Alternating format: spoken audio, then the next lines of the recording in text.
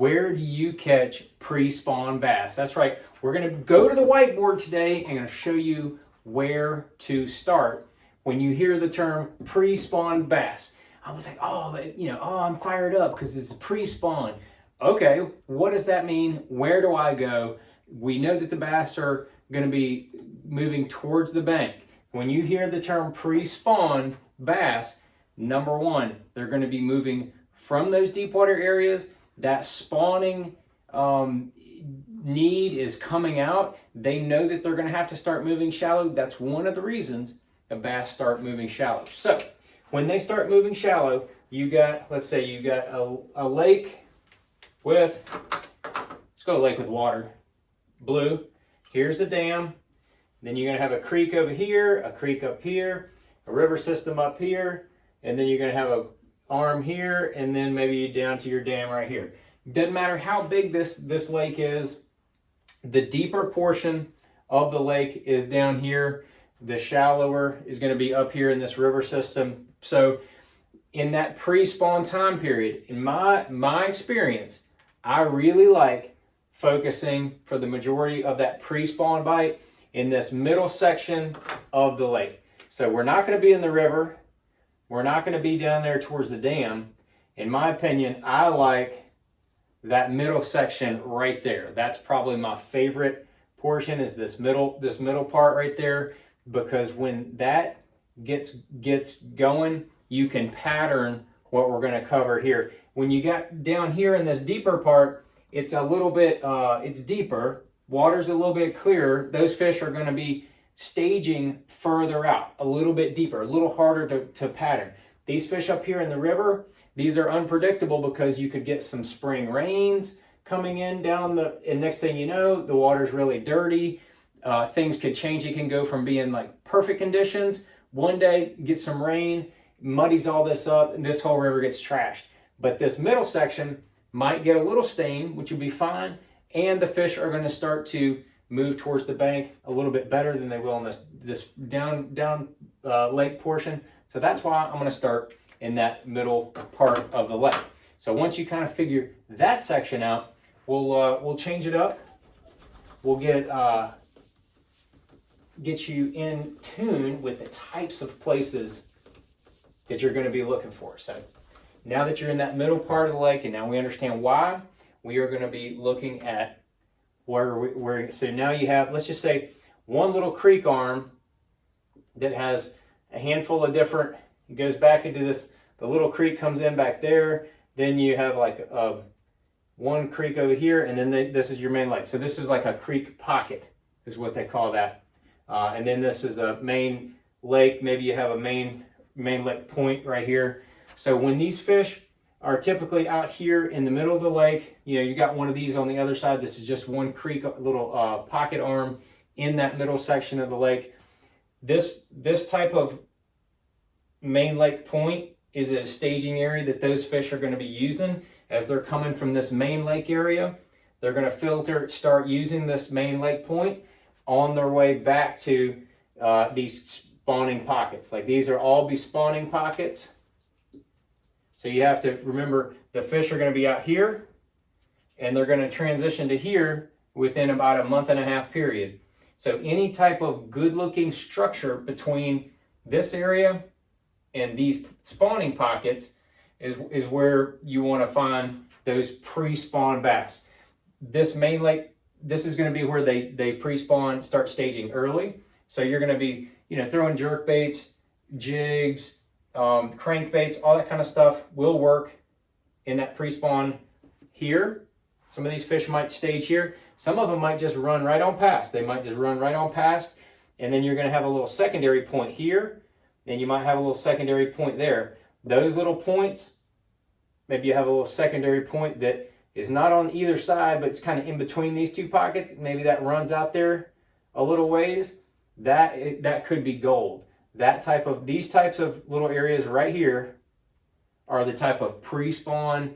This is without docks, okay? Without docks, those are the types of areas that you're going to look for those pre-spawn bass. But also, without that, depending on your depth range, I might take a shallow running crankbait, like a Spro Little John, run it down these banks going into the spawning pockets. May just fish that whole thing, right over here, and then just go all the way back as far as I can, and I'll just cover all of that until I start getting bit. What you might find is that I'm going to be getting bit here, and then I got bit here, I got bit on the end of that point, I got bit right here. So those fish are staging before they're going into those spawning pockets. That's really what you want to look for on this pre-spawn bass. So that's without docks. Let's go ahead and throw this in here, that now we've got a bunch of docks, because docks are a great place for those fish to stage. You might have a big beautiful dock that comes out right here. You might have another big dock that comes out here, another one here, another one here, another one here. Let's say you're going to put in all kind of docks here, and maybe there's another dock here, and then there's some out here on the main channel. So there's your docks. This changes the game to me when I'm talking about pre-spawn bass, because pre-spawn bass on these without the docks, you can really utilize a crankbait. Crankbait is one of my favorite ways. Like I said, I mentioned that Spro Little John. That's a great pre-spawn crankbait. A lot of people like the Rapala Shad Rap, and the only problem I have with the Shad Rap is sometimes it can catch you just a lot of 2-pound bass, maybe 2.5 pounders, and you don't catch those bigger ones that a little bit bigger plug can catch. But if the bite gets really tough, like you get bluebird conditions and some stained water, and like kind of flatter banks, the Shad Rap can be good. But day in and day out, Little John MD will get the job done. So now you have docks.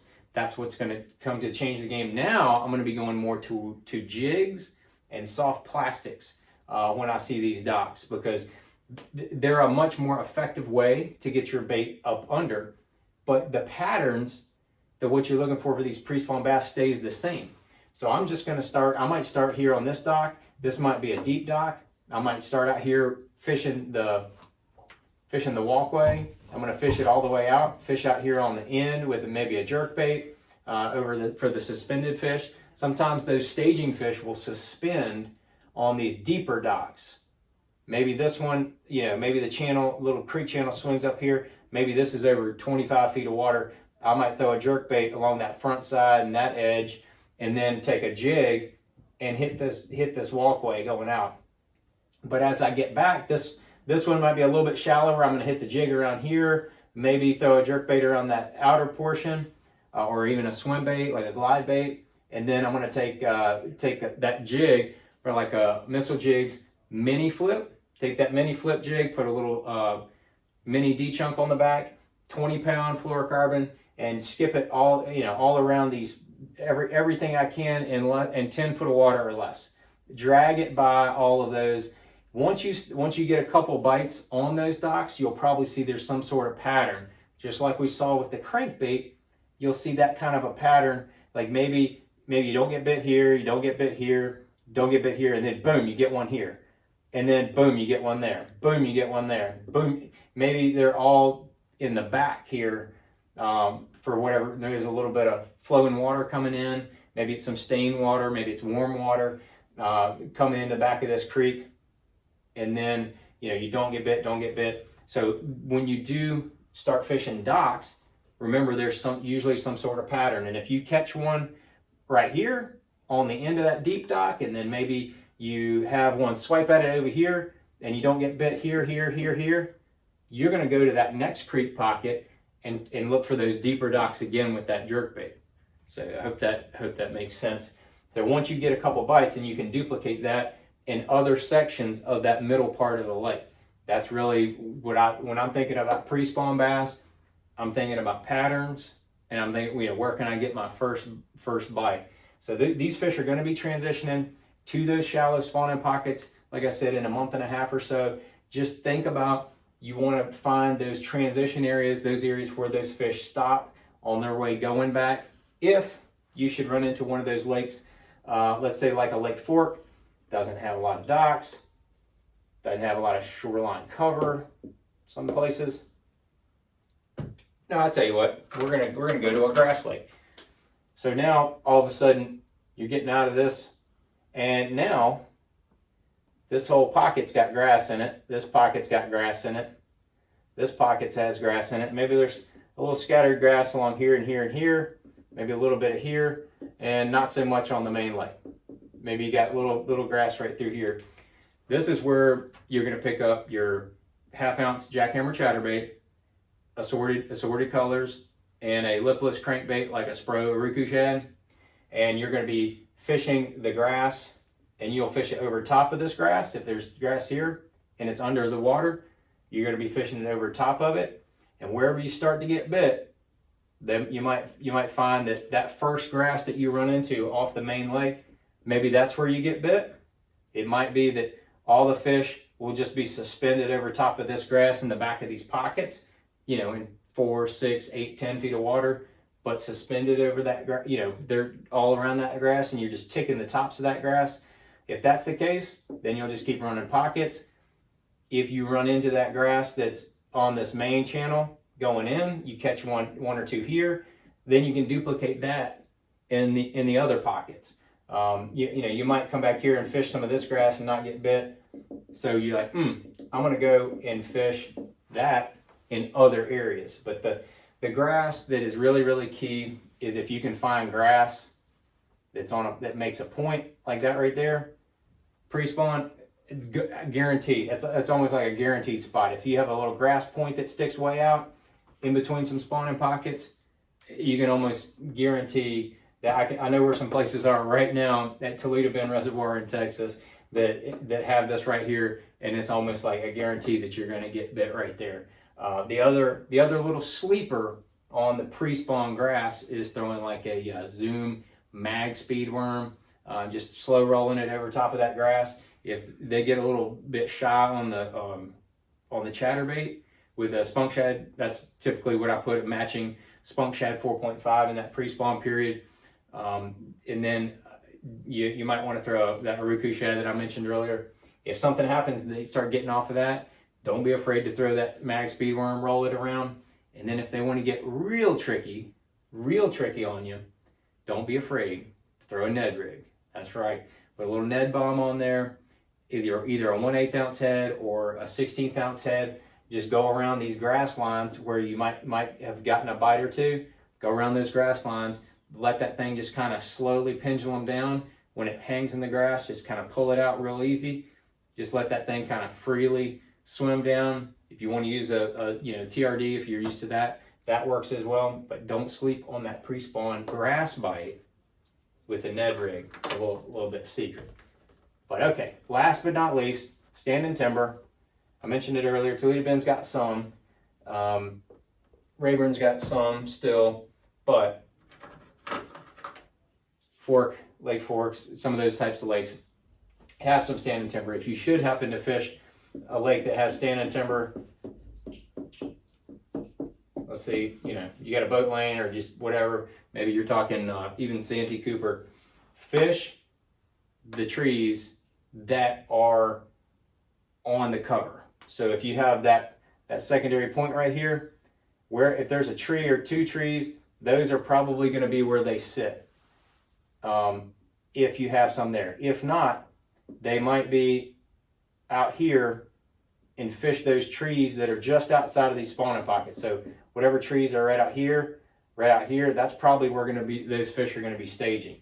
Either around the points or just the trees that are right out in front. They'll suspend in those trees. They might be down at the base of those trees, but that's typically where they're going to pre-spawn if they're not around the bank, like we went over, if there's no grass, like we went over, and if there's no docks, like we went over. Those suspending fish in those trees can be a little bit tricky until you kind of figure out where they're staging at. They might be still staging way out here, depending on how deep it is. If it's only like maybe 20 feet deep out here in the middle, you fish some of these trees, didn't get bit, drop shot and a jerk bait are probably the two best baits to throw around for those pre-spawn suspending bass. That's what I would do. So pre-spawn bass, don't let it get, I threw a ton of information at you. If you got some questions, drop it down there in the comments. We'll try to answer them. If all this made sense to you, now maybe you can go out there and jack some of those big pre-spawn bass.